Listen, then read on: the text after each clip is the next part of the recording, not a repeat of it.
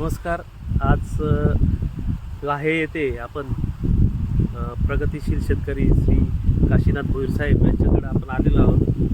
भोईर साहेब गेल्या 10 वर्षापासून पेर भात पद्धतीने भात शेती करत होते, परंतु आता यंत्रसामुग्री उपलब्ध झाल्याने ते टोकन पद्धतीने भात लागवड चांगल्या पद्धतीने करत आहेत. आज या ठिकाणी त्यांनी सगळी त्यांची जमीन पूर्ण मशागत योग्यप्रमाणे केलेली आहे आणि चांगल्या पद्धतीने ते पेरणीसाठी जमीन उपलब्ध तयार करून घेतलेली आहे.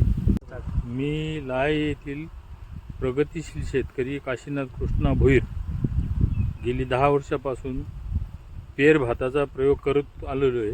नंतर मला कृषी खात्याकडनं बी टोकन यंत्र उपलब्ध करून दिल्यानंतर मी गेली 3 ते 4 वर्षापासून टोकन पद्धतीने भात पेरणी करतोय.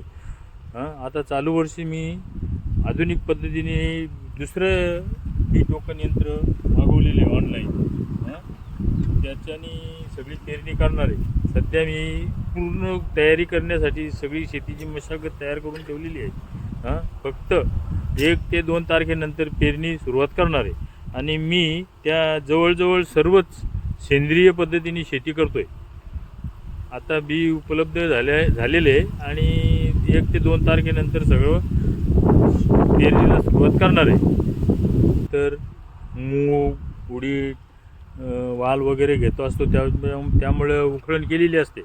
पण नंतर आता 2 पाळ्या कल्टिवेटरने, 1 वेळ रोटावेटर आणि त्यावर परत प्लेन करण्यासाठी, ढेपी फोडण्यासाठी आळी फिरवून जमीन मशागत केलेली आहे.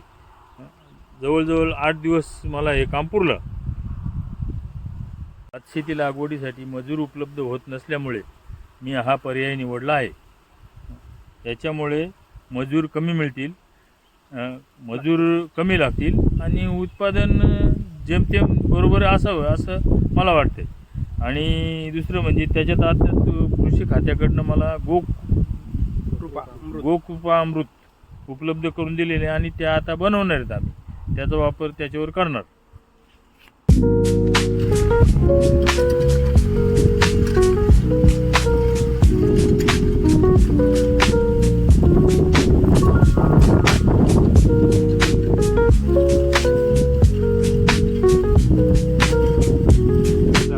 Okay.